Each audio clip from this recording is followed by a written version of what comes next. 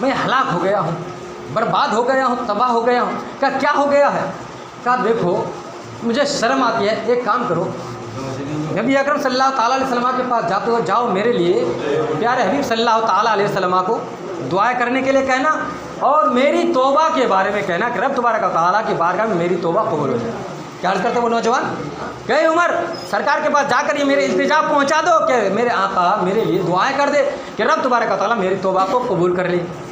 تو عمر فاروق اعظم نے سرکار کو یہ بیان سنایا جا کر، تو سرکار نے فرمایا کون ہے عمر، بلاؤ نا اس کو۔ بلایا گیا، کہا اے بندے آخر تو کیوں اپنے ہاتھوں سے خاک کو سر پر ڈال رہا ہے، کیا بات ہے؟ کہا حضور میں ہلاک ہو گیا ہوں، برباد ہو گیا ہوں، تباہ ہو گیا ہوں۔ کہا اچھا بتاؤ تو کون سا ایسا گناہ کیا جس کی وجہ سے تو ہلاک ہو گیا ہے، برباد ہو گیا ہے؟ کہا حضور مجھے شرم آتی ہے، حضور مجھے شرم آتی ہے۔ اللہ اکبر میرے دوستوں بزرگوں۔ تب سرکار نے فرمایا اے نوجوان، کیا تمہارا گناہ آسمان کے ستاروں سے زیادہ ہے؟ وہ شخص روتے ہوئے عرض کرتے ہیں ہاں حضور آسمان کے ستاروں سے بھی زیادہ ہے۔ پھر سرکار دو عالم صلی اللہ تعالیٰ علیہ وسلم عرض کرتے ہیں اے نوجوان، کیا زمین کے ذروں سے بھی زیادہ تمہارا گناہ ہے؟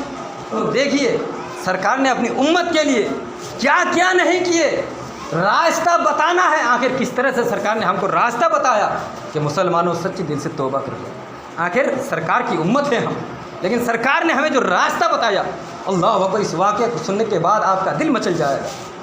سرکار فرماتے ہیں، سرکار نے پہلے 3 باتیں کہی، کیا کیا آسمان کے تاروں سے بھی زیادہ تمہارا گناہ؟ کہا ہاں آسمان کے تاروں سے بھی زیادہ میرا گناہ۔ زمین کے ذروں سے بھی؟ کہا زمین کے ذروں سے بھی میرا زیادہ گناہ زیادہ ہے۔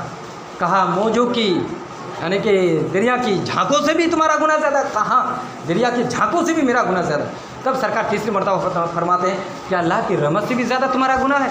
اس وقت وہ بندہ چپ ہو جاتا ہے، رونے لگتے ہیں، سسک سسک کر روتے ہیں، کچھ جواب نہیں دیتے۔ سرکار فرماتے ہیں اے بندے ذرا بتا تو دے آخر کون سا ایسا گناہ کیا ہے؟ اب وہ بندہ رو رو کر عرض کرتے ہیں حضور کیا بتاؤں، میں ایک کفن چور ہوں اور میں 999 کفن چرا کے بیچ دیا۔ 999۔ اس وقت مفلسی کا زمانہ تھا، لوگ کپڑے کو ہاتھ سے بونا کرتے تھے، غریبی کا زمانہ تھا، آج تو کپڑے سستے ملتے ہیں۔ تو 999 وہ کفن چرا کے بیچ چکے تھے۔ یہ میرا 1000واں کفن چوری تھا، اور میرا ریلیشن میرا دوست تھی جو قبر کھودتا تھا نا، اس سے میرا لگاؤ تھا، دوستی تھا، تو وہ پہلے مجھے اطلاع کر دیتے تھے کہ فلاں قبر اتنے نمبر اتنے قبرستان میں آج اتنے لوگوں کی یا ایک آدمی کی میت ہوئی ہے، جاؤ رات کو جا کر کفن نکال لو۔ جو مٹی جو قبر کھودتے تھے اس سے ان کی دوستی تھی۔ تو ایک دن قبر کھودنے والے نے اس کو اطلاع کی، اس کا 1000واں یہ کفن چوری، ایک مالدار آدمی کی بیٹی کا انتقال کیا۔ تو مالدار آدمی تو چھوٹے موٹے کپڑے نہیں خرید گے، تو قیمتی کفن کے کپڑے لائے، قیمتی، جیسا کہ ہوتا ہے نا بھائی، مخمل کا کپڑا ہوا یا کھادی یا سوتی، یہ سب کپڑے کی قیمت زیادہ ہے نا۔ تو اس وقت قیمتی کپڑے کا نام کیا تھا؟ دیبا۔ بہت قیمتی کپڑے تھے، بادشاہ تھے، بڑے مالدار پیسے والے تھے۔ اس کی بیٹی کا انتقال ہو گیا تو قیمتی کپڑے سے کفن پہنایا گیا۔ تو مٹی دینے کے بعد اس نے کفن چور کو اطلاع کر دی کہ اتنے نمبر قبر کے اتنے نمبر ہے اور مالدار آدمی کی بیٹی کی میت ہوئی ہے اور کپڑا بھی بہت قیمتی ہے۔ اس نے رات کو آیا چوری کرنے کے لیے، رات کو دیکھیے توجہ سے سنیے، توجہ سے، بہت قیمتی واقعہ ہے۔ چوری کرنے کے لیے آیا، اس نے قبر سے مٹی کو ہٹایا، قبر سے مٹی کو ہٹایا، میت کو باہر نکالا، میت کو باہر نکالا۔ چاند کی تھوڑی تھوڑی سی وہ کرنیں جو روشنی ہوتی ہے نا، اب سناٹا قبر میں کوئی چیز تو نظر آئے گی نہیں، تو چاند کی تھوڑی بہت روشنی آتی رہتی ہے، کرنیں چاند سے۔ تو اس کفن چور نے عرض کیا کہ جب میں میت کے بدن سے کپڑے کو ہٹایا، اللہ اکبر، اس قدر وہ لڑکی خوبصورت تھی، اس قدر خوبصورت تھی کہ شیطان میرے دل میں پیوست ہو گیا، شیطان میرے دل و دماغ میں بیٹھ گیا، اور میں نے اس مردہ لڑکی سے وہ کیا جو مجھے کرنا نہیں تھا، جو مجھے کرنا نہیں تھا۔ یعنی میں نے اسے بدفعلی کیا۔ اللہ اکبر۔ وہ کفن چور عرض کرتے ہیں جو ہی میں نے اسے بدفعلی کیا وہ زندہ ہو گیا اور زندہ ہو کر عرض کرنے لگا، اے مردود، تو نے مجھے ناپاک کر دیا، اتنے لوگوں کے سامنے میں کیسے لوگوں کو چہرہ دکھاؤں گا، کون سا منہ دکھاؤں گی؟ اتنا کہہ کر وہ لڑکی پھر غائب ہو جاتی ہے، وہ لڑکی غائب ہو جاتی ہے۔ وہ کفن چور پریشان ہو جاتے ہیں، پریشان ہو کر دیکھتے ہیں، کفن چور کفن کو چھوڑ کر بھاگتے ہیں۔ لیکن اس کے بعد کیا نظر آتا ہے کہ وہ لڑکی ہے نہیں، وہ لڑکی وہاں نہیں ہے، وہ کفن چھوڑ کر بھاگتے ہیں، کفن چھوڑ کر بھاگتے ہیں۔ سرکار کے پاس عرض کرتے ہیں، حضور کیا بتاؤں، اس کی آواز آج تک میرے کانوں تک گونجتی رہتی ہے، اس کے بعد سے پھر میرا جینا مشکل ہو گیا، نہ کھاتا ہوں نہ پیتا ہوں، رات و دن رب تبارک و تعالیٰ کی بارگاہ میں فریاد کرتا ہوں، اے پاک پروردگار میرے گناہوں کی مغفرت فرما، میرے توبہ کو قبول فرما۔ اسی دن سے میں پاگل ہو چکا ہوں کہ رب تبارک و تعالیٰ میری توبہ کو قبول فرما لے۔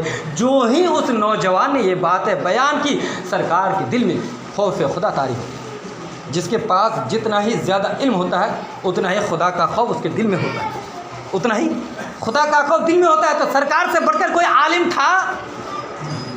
خوف خدا طاری ہو گیا۔ سرکار نے فرمایا، اے بندے جلدی سے تو دور ہو جا، نفرت سے نہیں محبت سے، اے بندے جلدی سے تو میری نظر سے دور ہو جا، کہیں آگ نہ برس جائے۔ محبت سے کہہ رہے ہیں سرکار کہ تم مجھ سے دور ہو جا، کہیں آگ نہ برس جائے۔ اللہ اکبر۔ وہ نوجوان وہ بندہ گھر چھوڑ دیا، گاؤں چھوڑ دیا، جنگل میں چلے گئے، جنگل میں چلے گئے، کئی دن گزر گئے، خاک کو سر پر مارتے رہتے ہیں اور دعا کرتے رہتے ہیں، اے پاک پروردگار میری توبہ قبول فرما، میری توبہ قبول فرما۔ حضرات محترم، کئی دن گزرنے کے بعد سرکار نے ہم کو کتنا اچھا راستہ دیا میرے دوست بزرگوں۔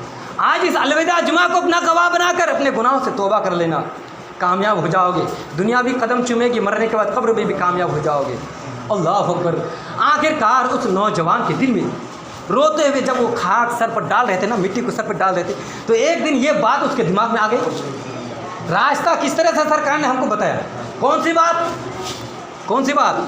کہ وہی بات کہ سرکار نے فرمایا، اے نوجوان، کہ اللہ کی رحمت سے بھی زیادہ تمہارا گناہ ہے؟ تو اس نوجوان نے کوئی جواب نہیں دیا۔ اب جو ہی اس نوجوان اس کفن چور کو یہ بات یاد آ گئی، اس نے خدا کے خوف سے لرزا کر کہنے لگا، اے پاک پروردگار، اگر میرا گناہ تیری رحمت سے زیادہ ہے، اگر میرا گناہ تیری رحمت سے زیادہ ہے تو مجھے ایسا عذاب میں مبتلا کر جو آج تک تو نے کسی کو نہ دیا، جو آج تک کسی کو نہ دیا ہو، اور اگر تیری رحمت سے میرا گناہ کم ہے تو پھر مجھے معاف فرما دے، اور اگر تو مجھے معاف کر دے تو یہ اطلاع سرکار تک پہنچا دے، اگر تو مجھے معاف کر دے تو یہ اطلاع سرکار دو عالم صلی اللہ تعالیٰ علیہ وسلم تک پہنچا دے۔ اللہ اکبر۔ مسلمانوں بڑے عیاشی سے دین کاٹ لیے، بڑے عیاشی کے ساتھ دین کاٹ لیے، روزہ نہیں رکھے، اللہ اکبر، قربان جاؤ۔ کچھ دن گزرے کہ حضرت جبریل امین سرکار دو عالم صلی اللہ تعالیٰ علیہ وسلم کے پاس حاضر ہو گئے اور عرض کرنے لگے، حضور اس کفن چور کو اللہ تبارک و تعالیٰ نے بخش دیا۔ سرکار نے فرمایا، ہاں اس کفن چور کی بخشش ہو گئی؟ کہا، ہاں حضور، صرف بخشش ہی نہیں بلکہ رب تبارک و تعالیٰ نے اس کے ساتھ ساتھ ایک اور تحفہ دیا آپ کی امت کے لیے، کہ آپ کی امت کا کوئی بھی فرد بشر اگر سچی دل سے توبہ کر لے تو اس سے بڑے گناہ والوں کو بھی اللہ بخش دے۔ سبحان اللہ، سبحان اللہ۔ میرے دوستو بزرگوں، سچے دل سے توبہ کر لیجیے۔